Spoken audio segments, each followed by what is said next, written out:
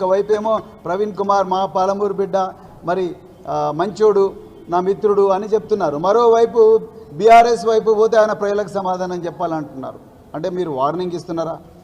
లేకపోతే మీరు గేట్లు తెరిస్తే మరి చాలామంది పెరికి పందలు, చాలామంది అసమర్థులు, చాలామంది స్వార్థపరులు, సో వాళ్ళందరూ కూడా ఆ గేట్ల గొర్రెల మంది ఎలాగ వస్తున్నారు. ఆ గొర్రెల మందిలో ప్రవీణ్ కుమార్ ఒకడు కాలేదు. ప్రవీణ్ కుమార్ నిజమైన నిస్వార్థంగా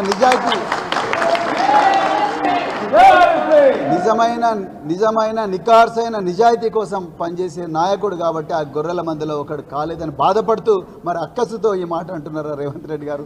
మరి మీరే చెప్పాలి.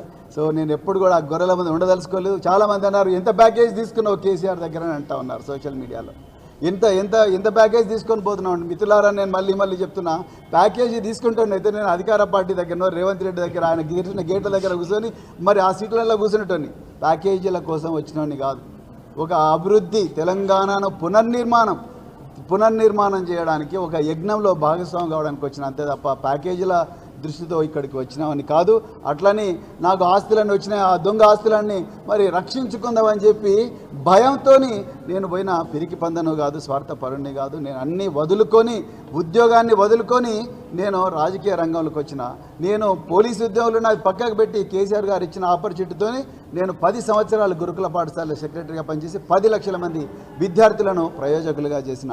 నాకు పైసలు అవసరం లేదు, అలా ప్రజాసేవనే ముఖ్యం అని చెప్పి ఇక్కడికి వచ్చిన. అందుకో